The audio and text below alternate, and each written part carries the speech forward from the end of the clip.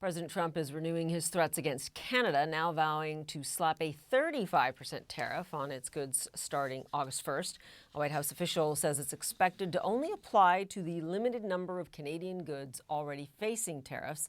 Canada's Prime Minister Mark Carney will convene his cabinet next week to discuss and have those trade talks.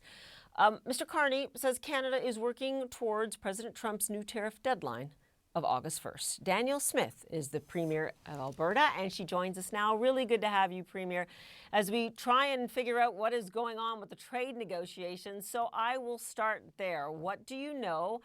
And before this happened, I know that you were given a status report as to how those negotiations were going. So how were they going? Well, I'm encouraged by the fact that there are so many goods that continue to travel across our border tariff-free. And in our province, we are an energy superpower, oil, gas. We also have huge agricultural products; those are going across the border tariff-free. Lots of manufactured goods that start in Canada are going across tariff-free. So we still have the USMCA agreement that is largely being honored. It's just that I understand that the US is concerned about goods coming by way of Canada into the United States. I think that's why there's been some of these targeted tariffs. And I'm hopeful that we'll be able to come to an agreement on that as well, because it benefits both of our economies if we can continue this tariff-free relationship. Would you say that's the holdup? And if it does hold up this trade deal and there are these punishing tariffs, you know, for months you have said you do not believe in retaliatory tariffs. If he goes through with it, do you think it's time? Do you think you'd change your mind on that? I guess I look at what we're seeing tariffs on, and it's steel, and it's I guess now copper, it's aluminum, and it's cars, and those hit different economies differently. As I said, I mean the vast bulk of goods going between our province of Alberta and I think most of the western provinces into the United States aren't tariffed. I also look at tariffs as their own punishment. When the American government puts tariffs on Canadian goods, it just hurts the American people, the consumers and the businesses who rely on those products.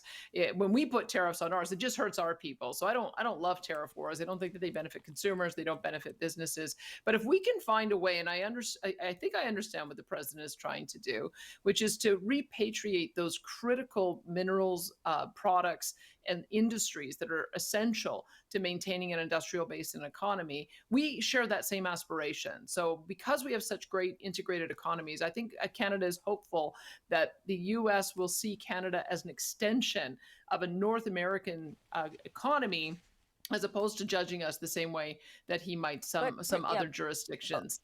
Premier Smith, you've been preaching that to the president for months now. He's heard it. He heard it from you directly. You're one of the first political leaders to even see the president after he was elected.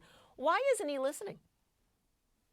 I think that there were some unfortunate things that got in the way of the relationship. You saw that up until a few weeks ago, things escalated around the digital services tax. And I think to the credit of the Canadian government, they realized that retroactive tax generated such a small amount of revenue and was such a huge irritation that they took it off the table. So we have seen movement. And so I still remain hopeful. Everything that we're hearing is that the two leaders are aiming towards coming to some agreement by August 1st, maybe before the end of summer if it drags on a bit. But I think there's a will on both sides to try to find some answers to some of these irritants.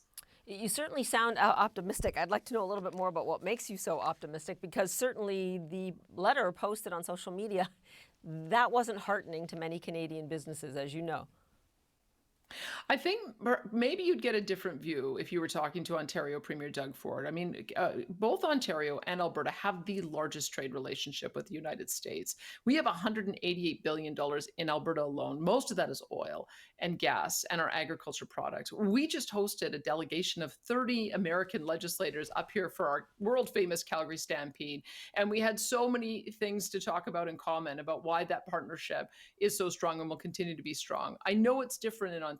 They're a manufacturing base. They produce all of the things that are under threat of tariffs: autos, steel, copper. And so I think that that's part of the reason is that we've got a little bit of a different approach in Western Canada. I think that the president has seen that there are a lot of goods that do benefit the American economy. There are some strategic industries centered in Eastern Canada that are a little bit more under pressure. And so that's why I feel optimistic. I think that if we can build on the strength that we've been able to have in those areas where we have very clearly common benefit, just extend it to all of the other goods, I think we can get to a deal similar to what we've had in the past.